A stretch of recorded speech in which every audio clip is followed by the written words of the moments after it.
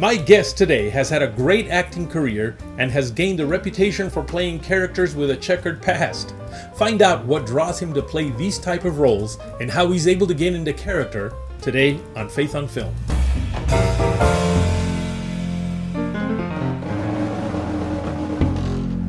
Hello and welcome to Faith on Film. My guest today has had some great successes. In fact, on the small screen, Sizemore is known as Anthony, the U.S. Air Marshal on the Emmy-nominated series Fear the Walking Dead Flight 462, as well as the hot-headed Gary Humphrey on the series Resurrection. He's created many memorable characters on shows such as Rizzoli Isles, Under the Dome Drop, Dead Diva, Weeds, and Coach Jerry Stearns from the movie Woodlawn. Now, over the years, Kevin has gained a reputation for playing characters with a checkered past. Wonder what that's about. And in 2017, Diary of a Lunatic marked the first feature that he co-produced under GKg Productions. Since then, he has co-produced the action-adventure indie film Intensive Care and the holiday film Believe. Kevin, welcome to Faith on Film. Thanks for having me, Isaac. Good to see you, buddy. You bet. Now, usually what I like to do is just get people to kind of know who you are, what your story is, you know, your journey into becoming an actor, how you got involved. So just tell us your entire life story in the next 6 minutes. How's that? All right. So it pretty much comes down to I grew up in a small town in West Virginia called Princeton. After graduating, right before graduating, there was a small commercial that came into town for Maxwell House Coffee, and I was able to go and audition for it, and I got a small role in it, and that kind of gave me an idea of this is an option for me. I didn't know what I could be doing in this world of entertainment because I really didn't know much about it. And I did that, and I kind of got the bug, and I moved to Pittsburgh and went to the Art Institute of Pittsburgh, studied in front of, behind the camera, communications, a little bit of everything. Took some acting classes while I was there at the Pittsburgh Playhouse, moonlighted on extra sets from all kinds of things. You name it, I did it. I'd work till 4 a.m. on a movie set, and then I'd get up at 2 hours later, 6 o'clock, and go to school. So I did as much as I could to learn the business. Moved to New York for a while. From there, I went to Carolinas, started doing a lot of theater in the Carolinas. Worked in North Carolina, Atlanta, stayed in Greenville, South Carolina with my brother. Then I went to Nashville for a weekend, and that turned into 6 months. That's where I landed my SAG card on a commercial. Orlando, Florida for 2 years, worked at Universal Studios and Disney and all the jobs that I could do, acting in commercials and photo shoots, you name it. And then I had a decision whether it's going to be back to New York or to Los Angeles. And I've never lived in Los Angeles, so I chose Los Angeles, and it's almost 20 years. Wow. So it wasn't like just all of a sudden overnight somebody discovered you and said, hey, there's a great actor, let's hire him. Oh, yeah, that's how it works. You know, That's you how it drive down works. Hollywood Boulevard, and, you know, I remember that's... listening to the Top Gun soundtrack, driving, going, someone's going to hear me singing or see me or think I'm a nice, cool dude or whatever. Nah, it doesn't work that way.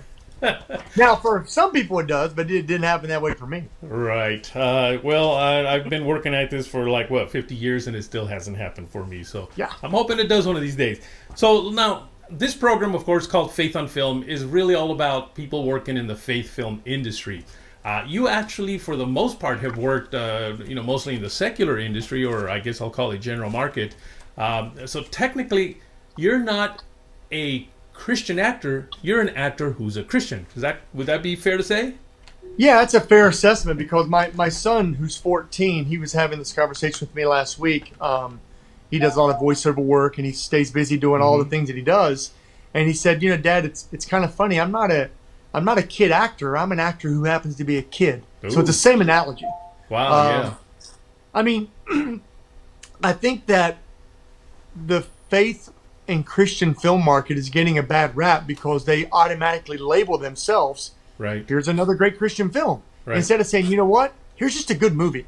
I have a hard time with the labels. I just think if it's a good movie, it's a good movie. And if it's not, it's not.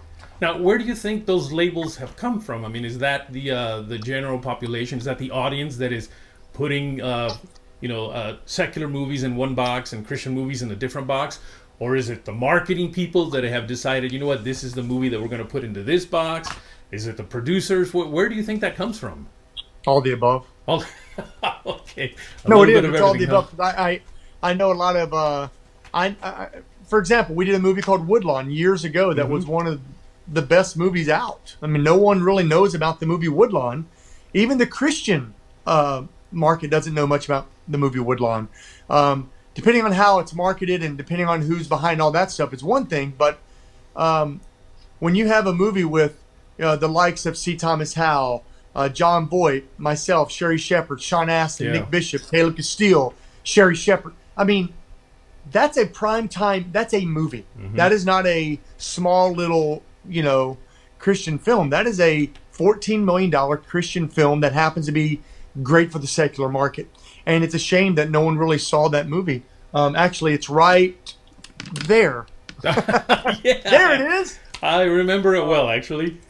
Something that just really bothers me is that, you'll get a movie that I guess you could say can play to a broader audience, but for some reason the Christian audience then complains and says, "Oh, that's not a Christian movie. Like if it's not Christian enough, it has to be at a certain level for it to be a Christian movie."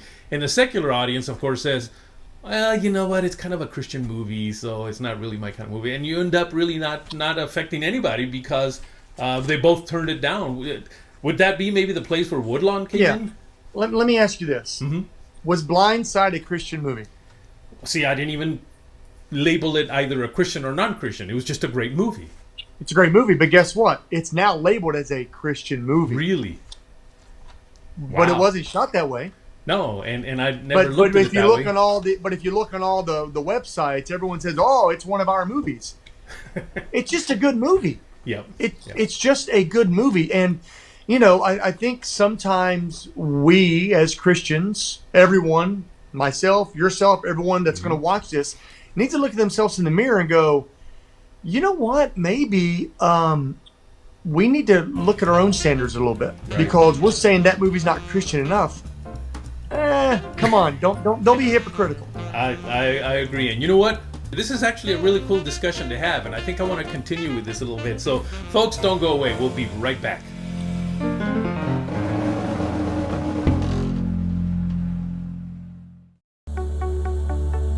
Cell reproduction, more than duplication.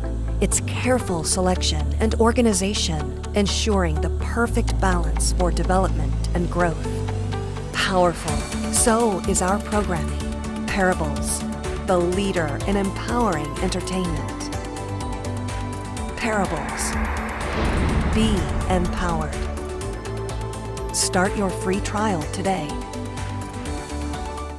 Sight and Sound Theaters invites you to experience one of the most powerful Bible stories ever told. Samson, you're going to deliver our people from the Philistines.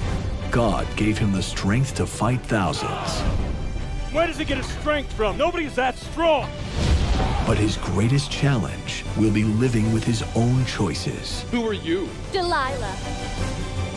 We want you to find out the secret of his strength.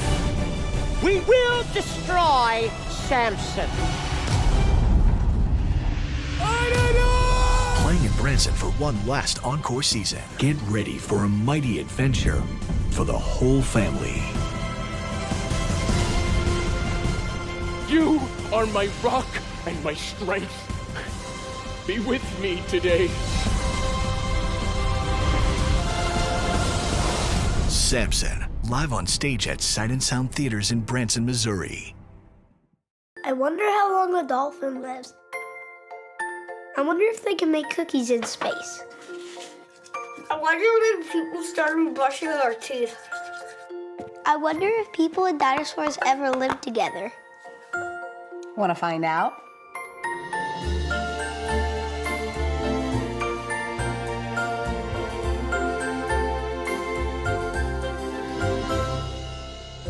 I wonder how much a cloud weighs.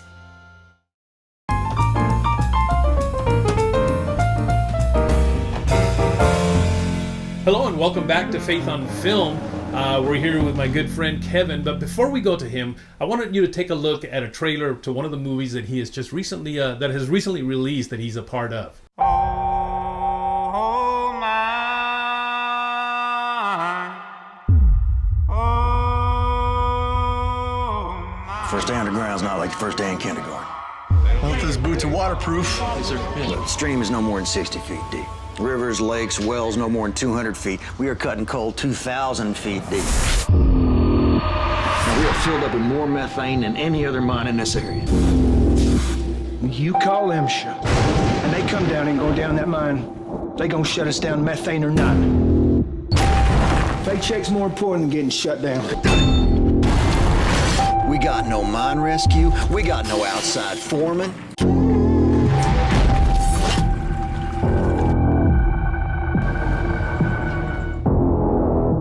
Cutting coal's risky business, son. Gotta hold your own down here, understood? When those pumps give out, and they will, then my men are gonna drown 2 miles in, unless an ignition burns us up first. And we are all sitting right in the middle of it. God's gonna protect us. God will not protect us in hell, John.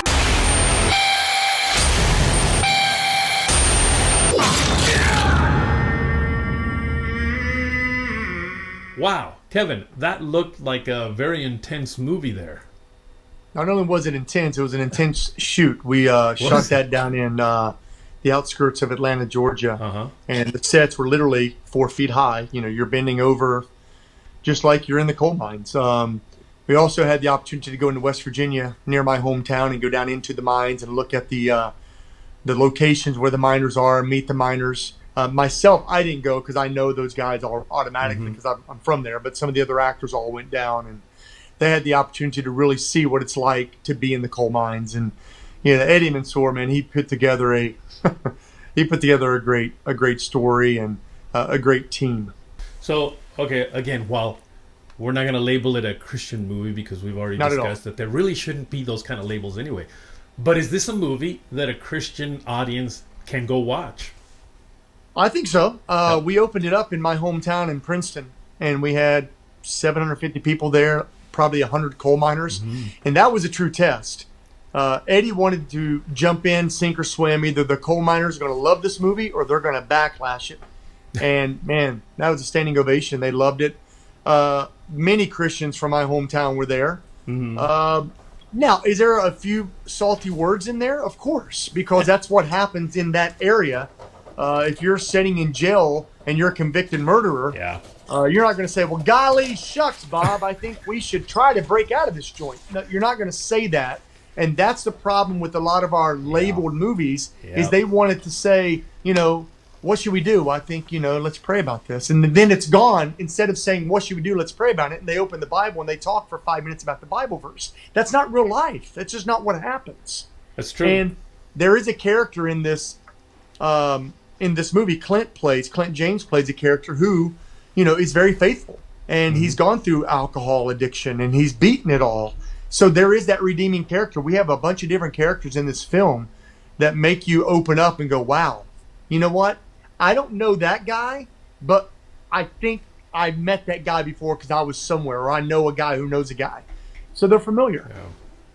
Well, I think that's the part that I think sometimes I find a little hypocritical is, you know, where as Christians, we'll go watch movies that are non-Christian movies, and they can have all sorts of language. They can have all sorts of things that would be obviously considered not Christian, but we're okay with it. But we see it in a Christian film, you know, like maybe, like you said, salty language, and suddenly, oh my gosh, I thought that was a Christian movie. So, you know, what we're expecting from, let's say, the producers of the movie, we certainly don't seem to expect from ourselves. And I find that a little hypocritical. Well, one of my favorite movies, you know, is Of Mice and Men. I love Of Mice and Men. They've made it 3 times. Braveheart. What a great movie Braveheart is. Probably my all-time favorite movie, Shawshank Redemption. Oh, fantastic movie, yes. I mean, you tell me how many Christians have watched Shawshank Redemption and how many seculars have watched Shawshank Redemption, and they all go, it's pretty good. You know? Yes. And, you know, and I'm going even deeper, man. I'm going Roadhouse. I love Roadhouse. Right. So, you know, but that you watch it for the movie.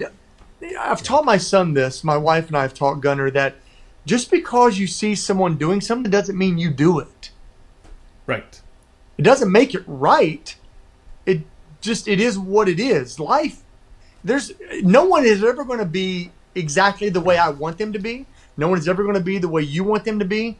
So I think a lot of people have a problem, and I think this is kind of what we're getting at, is they're trying to change people. Mm-hmm. You can't change people until they want to change themselves. Yeah.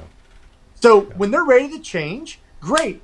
But what you can be that shining light that they go, there's something about Isaac. I don't know what it is, but every time I see Isaac, he's a cool guy. He's not out there, running around at the bars all the time and acting a fool. He's just a cool guy, and I like him, and I want to hang out with him more. Okay, then you've done your job. I think that's what we need to do, is just do our job and let people find their way. Awesome. Well, listen, we're going to take another quick little break here, and then come back, and maybe I want to get into some little trivia about you, some little things that I just learned about you that might be fun to know, all right? Sounds good? All right, now I'm turning my hat backwards for that piece. Here we go. Don't go away, folks. We'll be right back.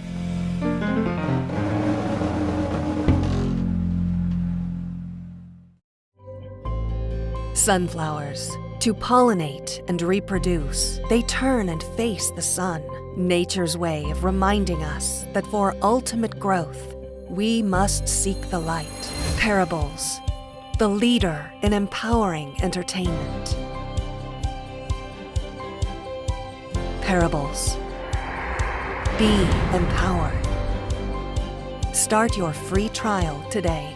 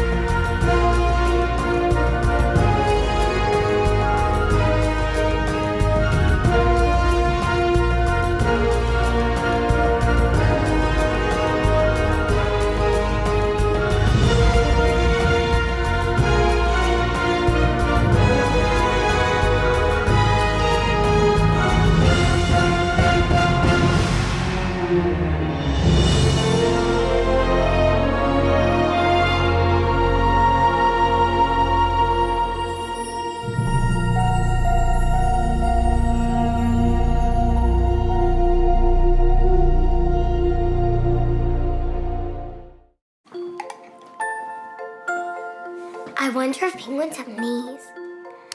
I wonder how many colors we can't see. I wonder why there's so many stars in the universe. I wonder if we ever looked like apes. You want to find out?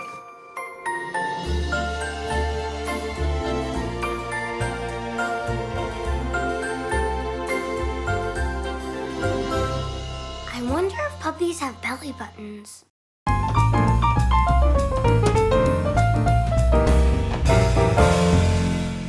Hello and welcome back to Faith on Film. We're here with my friend Kevin Sizemore. Kevin, it's been great just having this fantastic dialogue with you. But I know you're working on several new things. We've talked about things you've done in the past, but what are you working on now? Well, I just wrapped a project out in Buffalo with a friend of ours, Greg Robbins, Diary of a Lunatic, which is fun. I have a show now that's airing called My Stepfather's Secret. It's been airing on Lifetime. Mm-hmm. And the other projects that are out right now that have already been completed, Black Bear's out now online. Right. We have The World We Make and Reach. They're all three out there. Now we're in the middle of putting a few projects together, which I can't discuss yet because the deals aren't finalized. Mm-hmm. But the last one is Puckhead. We did a pilot about, well, that's from the hockey stick right there. The worst NHL team in the league, and I played the coach, and it's hilarious. Really, really funny. Wow. Now, Diary of a Lunatic. I'm familiar with that I remember from the movie that Greg did. But right now he's doing a whole, basically a sitcom, right? Is that what Diary of a Lunatic is? Yes. Yeah, they're trying to merge the two together and try to create a little package deal where you have a movie and then you'll have the sitcom going with it, right? Yeah, now the title alone is kind of interesting, huh? Diary of a Lunatic. I saw some pictures of you guys shooting, and you all definitely look like a bunch of lunatics over there. I am just kidding. So listen, here's something that I found out about you, just a little more personal level. Your son, Gunnar, was born on the same day as his grandmother and his great-grandmother. Or no, Yeah. My wife's mother and my grandmother. So it's pretty cool to be able to share that. Yeah. Yeah. What does that do for his birthdays, though? It actually just makes it so much more special. Really? I mean, we can actually incorporate, because my grandmother, his great, and his grandmother, which is Gina's mom, are no longer with us. So it's great. My grandmother did meet Gunnar, but Gina's mom never got a chance to meet him, which is unfortunate. So that kind of gives us a chance to share that moment. Wouldn't it be interesting if when he gets married and has a baby, if they're born on the same day also? That would be kind of cool, huh? That'd be wonderful, yeah. Okay, so in 2002 you started your own production company called More Pony Pictures, but then you changed the name to GKg Productions. What was the reason for that? Well, when we did More Pony, we did my first my first short that I did by a writer, Nancy.Cates, whom I'm working on a project with her as we speak now. And we brought in Anthony Griffith, who's a comedian, to be my sidekick on this. And I didn't have a company at the time, so I needed to put something together for this reason. And as the years went along, I just felt like More Pony didn't mean anything to me. More was my last name, and I liked ponies, and it just kind of felt weird. And when Gunnar came along and Gina, we sat and had a conversation. I go, I want to change this company over to something that actually means something. And if Gunnar ever wants to take it over, then he can have it. And she said, what do you have in mind? And I thought, GKG. And she looked at me like, that means nothing. And I go, no, it's Gina, Kevin, Gunnar. She goes, that means everything. That's right. So, okay, it means something. So it has value. I think that's really neat. Now, also, your wife apparently is a strength and conditioning coach. Does that mean she can beat you up?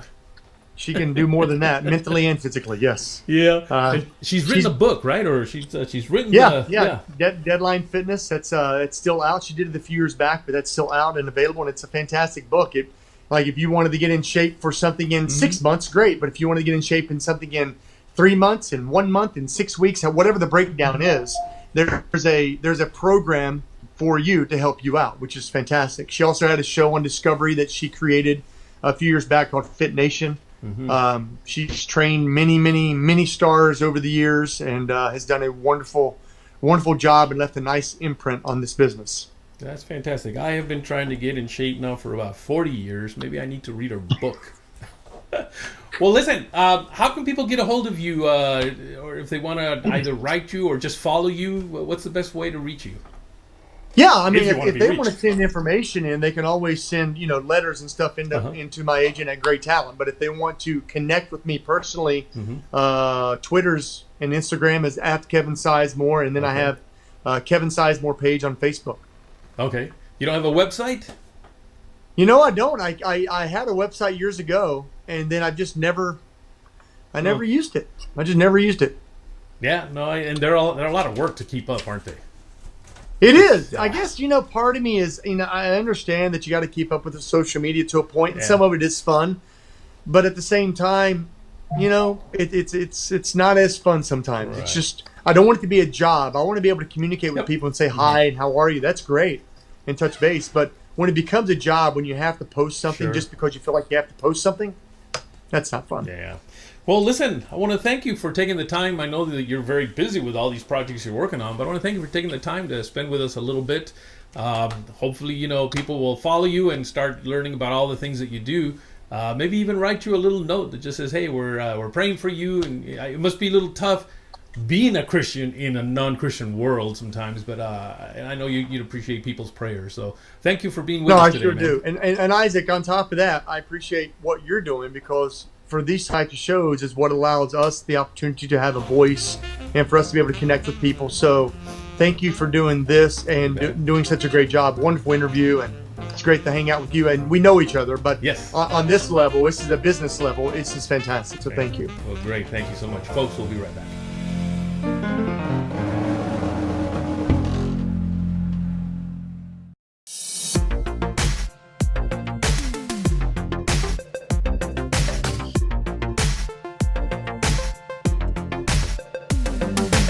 I'm Jonah. I'm from Fort Worth. I'm Noah Long from Colorado. Hi, I'm Rayma. I'm from Oklahoma.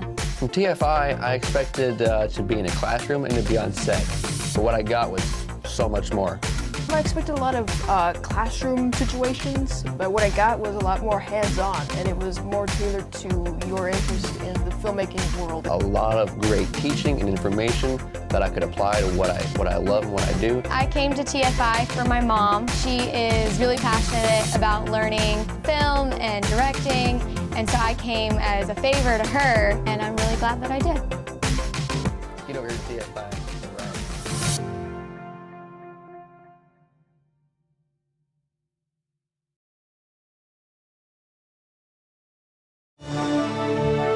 The acclaimed Creation Museum and outreach of Answers in Genesis is a one-of-a-kind museum filled with animatronic characters, interactive videos, a spectacular planetarium, a special effects theater, and many other world-class exhibits.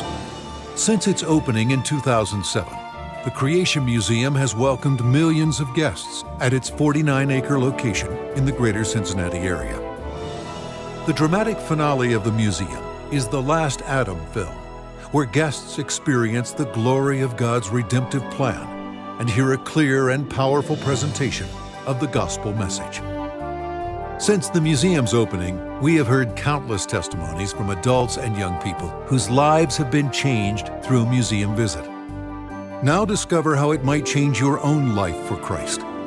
Plan your visit at creationmuseum.org and prepare to believe.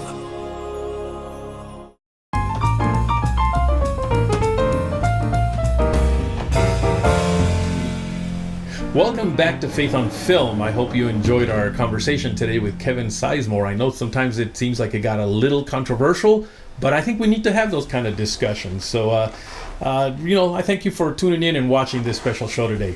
I want to remind you to write me. Let me know how you like the show. Let me know if you like that we talk about these controversial subject matters. Just write me at faithonfilmtv@gmail.com. That's faithonfilmtv@gmail.com. And of course, follow me on Facebook, Twitter, and Instagram. I always get those mixed up. But anyway, you can just follow me on any one of those social media platforms at Faith on Film TV. So that's at Faith on Film TV. Remember, if you want to keep a healthy soul, you've got to feed it good, healthy entertainment. Until next week, take care.